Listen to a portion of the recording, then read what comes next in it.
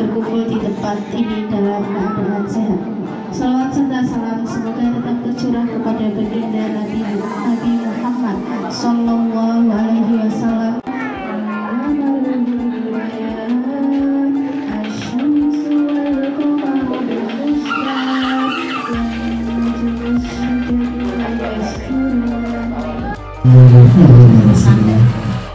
Allahumma sholli ala Muhammad wa ala ali Muhammad kama shallaita ala Ibrahim wa ala ali Ibrahim wa barik ala Muhammad wa ala ali Muhammad kama barakta ala Ibrahim wa ala ali Ibrahim innaka Hamidum Majid. Wallahu ta'ala bi kitabil karim a'udzu billahi minasyaitonir rajim. Bismillahirrahmanirrahim. Ya ayyuhalladzina amanu kutiba alaikumusiyam kama kutiba alal ladzina min qablikum la'allakum tattaqun. Sallallahu alaihi wasallam. Diperintahkan kepada Allah SWT. Asyam tidak lain adalah kita diperintahkan karena kita sebagai manusia tentunya kita mempunyai hawa nafsu, baik nafsu secara zahiriyah maupun secara batinnya. Maka kita diperintahkan oleh Allah SWT untuk mengekang ataupun mengendalikan, bukannya kita melawan hawa nafsu, tapi mengendalikan hawa nafsu kita selaku umat manusia. Kalau kita tidak dapat mengendalikan hawa nafsu kita, tentunya tidak lain kita hanyalah seperti binatang yang tidak punya pikiran ataupun akal yang diberikan oleh Allah SWT. Karena di dalam sebulan penuh kita dilatih untuk mengekang atau mengendalikan hawa nafsu kita. Setelah kita selesai Ramadan, kita memasuki hari raya Idul Fitri, maka untuk selanjutnya kita harus dapat menerapkan bagaimana cara kita melaksanakan, bagaimana cara kita mengekang ataupun mengendalikan hawa nafsu kita ini, baik nafsu duniawi maupun nafsu batinnya dan nafsu yang lainnya. Kita harus bisa mengendalikan. Yang namanya manusia tentu punya nafsu, baik nafsu yang bersifat kebendaan, keadaan itu sudah wajar, memang kita diberikan Allah seperti itu. Tapi kita harus dapat mengendalikannya, dapat mengaturnya, bagaimana kita menerjemahkan nafsu kita ini baik di dunia maupun kepada kerabat kita, kepada masyarakat terutama, agar kita ini terkendali. Seperti apa yang telah dikatakan tadi di dalam surat Al-Baqarah tadi, kalau kita dapat mengendalikan hawa nafsu kita, tentunya kita akan menuju menjadikan hamba-hamba Allah yang tatakun, hamba yang selalu taat dan selalu ridho di dalam melaksanakan apa yang telah menjadikan perintah dan larangan Allah Subhanahu wa Ta'ala. Untuk itu, mari kita aplikasikan, kita nyatakan setelah sebulan penuh kita berpuasa, kita perbaiki yang kurang dan yang istilahnya yang kurang baik kita perbaiki, yang sudah baik kita lanjutkan, kita lestarikan untuk menjalin hubungan antar keluarga, terutama di keluarga dan asing ini, dan antar masyarakat di dalam kehidupan kita sehari-hari. Bapak Ibu sekalian yang saya hormati, dan kita lestarikan kegiatan kita, amal yang kita di bulan Ramadan ini pada bulan-bulan berikutnya. Semoga kita ini selalu dilindungi oleh Allah SWT dan diberikan segala kemudahan, baik kemudahan di dalam kita mengarungi hidup ini, kemudahan di dalam kita berusaha, bekerja ataupun memohon rezeki dari Allah. Mudah-mudahan kita selalu diberikan kecukupan, diberikan kesehatan, dan terutama diberikan keimanan dan ketakwaan kita kepada Allah Subhanahu wa Ta'ala. Hadirin sekalian dan keluarga ini sekalian, keluarga Bapak Ismail ini menjadikan hamba-hamba yang memasuki yaitu Idul Fitri, yaitu kembali kepada kesucian, baik kesucian zahiriyah maupun batinnya kita, kesucian diri kita terbebas dari dosa dan perkara yang telah kita perbuat, baik disengaja maupun tidak sengaja. Mudah-mudahan Allah mengampuni dan selalu melindungi kita ke jalan yang diridhoinya. Dan yang paling penting yaitu kita selalu menjaga ketakwaan kita kepada Allah Subhanahu wa Ta'ala.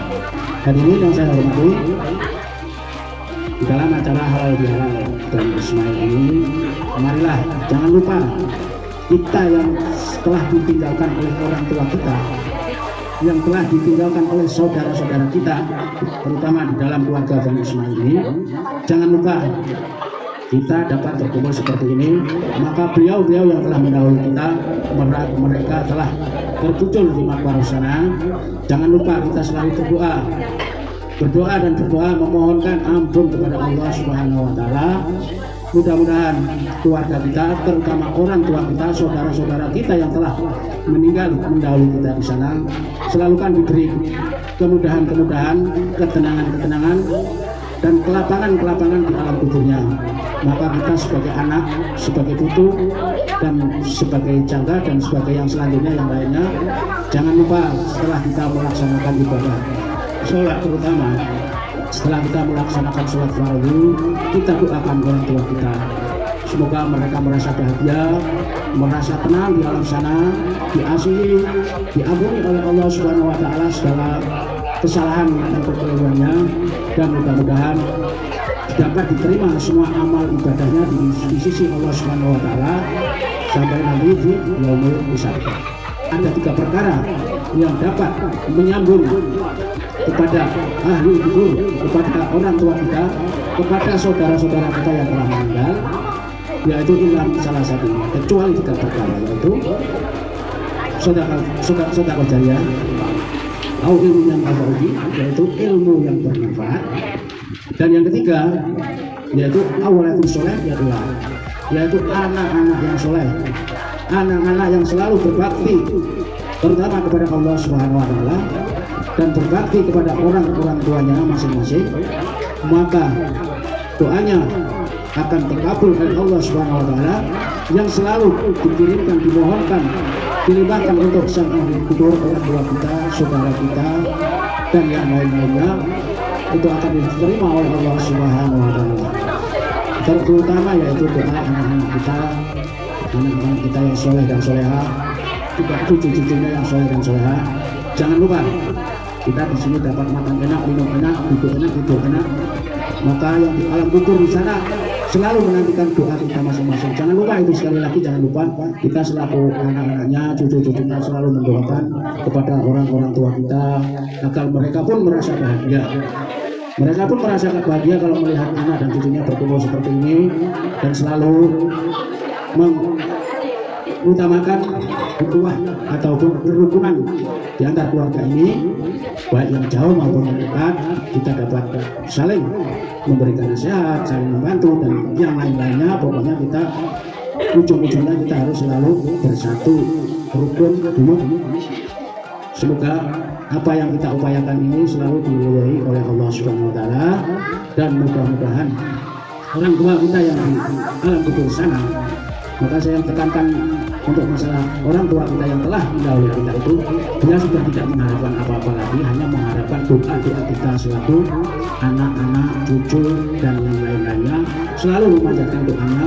Mudah-mudahan orang tua kita, saudara-saudara kita di sana diampuni oleh Allah segala sesuatu perbuatannya, kesalahan dan kehilangannya, dan mudah-mudahan diterima oleh Allah menjadi amal yang baik, menjadi amal sebagai penolong mereka di alam kubur sana sampai di yaumul hisab.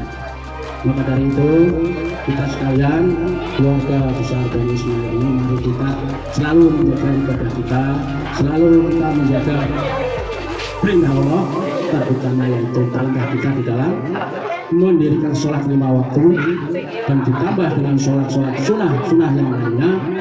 Insya Allah mereka akan merasa senang setelah baca sholat kita doakan. Sebab Allah Ta'ala juga mengatakan, jadi awal hisab itu yaitu sholat, dan yang terutama, yang paling pertama nanti di yaumul hisab yang dihitung pertama oleh Allah Subhanahu wa Ta'ala yaitu sholatnya. Bagaimana sholatnya bagus atau enggak? Dikatakan oleh Allah, kalau sholatnya bagus maka amal-amalan yang lainnya pun akan menjadi bagus. Kalau sholat kita rusak, sering lewat ataupun tidak melaksanakan, naudzubillah, kita sebagai orang Islam, maka kita sudah tidak menempati kita sebagai orang Islam, karena juga termasuk di dalam rukun Islam yaitu sholat. Kalau kita sudah melaksanakan sholat, secara otomatis kita keluar dari Islam, karena kita sudah tidak dapat menepati perjanjian kita kepada Allah Subhanahu wa taala selaku orang Islam. Maka dari itu sekali lagi kita bersama-sama kita jaga ibadah kita kepada Allah Subhanahu wa taala, terutama as-shalah. Setelah as-shalah kita lanjutkan dengan yang lainnya, dengan zakah, dengan asyam. Itu juga ketentuan kita sebagai orang Islam. Hadirin yang saya hormati, sekali lagi kita tingkatkan, kita lestarikan ibadah kita, dan terutama kita niati dengan niat biridho, dengan memohon ridho kepada Allah Subhanahu wa taala. Kalau Allah sudah meridhai kita, otomatis orang tua kita akan meridhai kita yang masih ada di alam dunia ini, dan insya Allah rahmat Allah, kasih sayang Allah akan turun secara otomatis karena Allah sudah ridho, orang tua kita sudah ridho. Maka apapun yang kita minta, apapun yang kita mohon kepada Allah, baik kebahagiaan di dunia maupun di akhirat, insya Allah Allah akan mengabulkan hajat kita. Kata Allah, "Ud'uni astajib lakum." Jalu wa kabeh aku bakal tak ijabah. Itu yang bilang Allah Subhanahu wa taala, bukan nabi, bukan malaikat. Itu janji Allah kepada kita sekalian. Tentunya kita harus selalu memanjatkan hajat kita kepada Allah dengan syarat, dengan dasar kita selalu mentaati perintah-perintah Allah dan menjauhi segala larangan-larangannya. Hadirin keluarga Bani Ismail yang saya hormati, mungkin sebagai istilahnya sebagai saling mengingatkan, bukan menggurui, saling mengingatkan, yaitu ini-inian di dalam kita berbuat beribadah kepada Allah Subhanahu wa taala, saling mengingatkan wa tawassatillah wa tawassaudisabr. Kita ingatkan masalah hal-hal yang hak dengan kita saling dengan kesabaran dan memohon kepada Allah Subhanahu wa taala. Hadirin yang saya hormati, sebelum ini saya akhiri, monggo kita sekalian memanjatkan doa kepada Allah Subhanahu wa taala. Mudah-mudahan bapak ibu kita, saudara-saudara kita yang telah meninggal, yang telah mendahului kita semua di alam sana, mudah-mudahan mendapatkan maghfirah, mendapatkan hidayah, mendapatkan kasih sayang Allah Subhanahu wa taala, selalu dimuliakan, selalu diangkat derajatnya, mudah-mudahan dimasukkan di dalam surganya Allah bersama dengan Rasulullah Nabi Muhammad SAW. Monggo kita berdoa bareng, mudah-mudahan kita hormatul Fatihah, Allah menerima doa kita semua. Bismillahirrahmanirrahim. Almarhum Bapak Haji Ismail dan kepada cucu-cucu maupun saudara-saudara kita sekalian yang telah meninggal, mudah-mudahan selalu mendapatkan ridho dan ampunan dari Allah Subhanahu wa taala. Al-Fatihah. A'udzubillahi minasyaitonir rajim. Bismillahirrahmanirrahim. Alhamdulillahirabbil alamin. Arrahmanir rahim. Maliki yaumiddin. Iyyaka na'budu wa iyyaka nasta'in. Ihdinas shiratal mustaqim. Shiratal ladzina an'amta 'alaihim ghairil maghdubi 'alaihim waladdallin. Amin. Allahumma ighfir lahum warhamhum wa'afi anhum. Allahumma ighfir lahum warhamhum wa'afi anhum.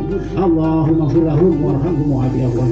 Allahumma la tahrimna ajrahum wa la tahfina ba'dahum waghfir lana wa lahum wa li ikhwanina alladhina sabaquna bil iman wa la taj'al fi qulubina ghillan lil ladzina amanu rabbana innaka ra'ufur rahim. Alhamdulillahirabbil alamin. Barakallah. Ya Allah, mugi panjenengan pun tampi kita sedaya menika dan panjenengan pun ampuni sedaya kesalahan kelahiran dan sebah kita sedaya menika sedaya percaya lan tetep iman Islam paring dan tinggal lapang pun kita tampi amal ibadah pun dimaafkan sedaya kesalahan kelahiran pun dimuliakan, diangkat derajat pun dipun mendapatkan wonten swarga panjenengan sekarang datang panjenengan itu Nabi Muhammad sallallahu alaihi wasallam. Mohon maaf segala kekurangan dan kehilapan saya. Sekali lagi billahi taufiq wal hidayah. Assalamualaikum warahmatullahi wabarakatuh.